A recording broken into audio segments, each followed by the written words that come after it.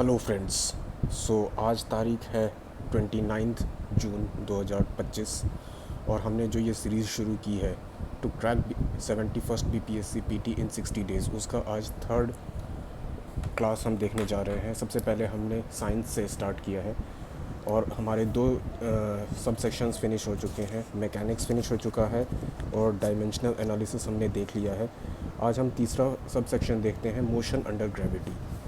आइए पहला क्वेश्चन देखते हैं। हम ये वाली बुक यूज़ कर रहे हैं, घटना चक्र 1992 से 2025 तक के सारे क्वेश्चंस लगा रहे हैं।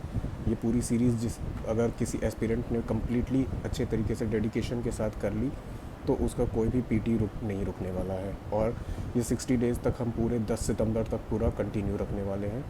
तो I request everybody to join us in this endeavour. तो चलिए बीपीएससी के लिए शुरू करते हैं। Motion under gravity.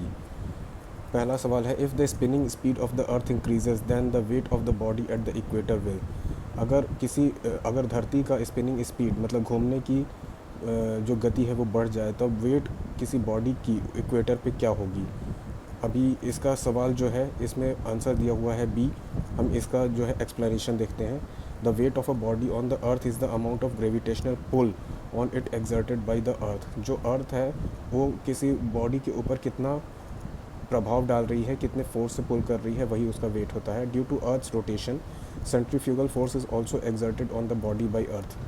जब गोल गोल बॉडी घूमती है तो किसी अर्थ पर सेंट्रीफ्यूगल फोर्स भी लगता है, मतलब कि बाहर की तरफ का जो फोर्स है, अंदर की तरफ सेंटर की तरफ जो लगता है उसे सेंट्रीपेटल फोर्स कहते हैं।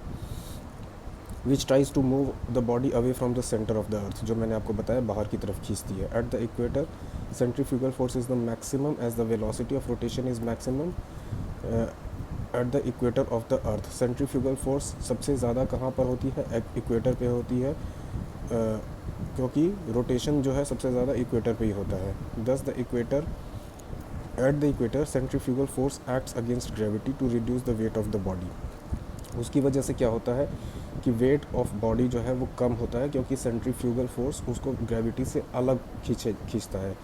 With the increase in the speed of rotation of the earth the centrifugal force at the equator will increase and the weight of the body will seem to have decrease. मतलब क्या होगा कि centrifugal force अगर बढ़ रहा है जो कि इक्वेटर पर, तो वेट जो है किसी बॉडी का वो घटेगा।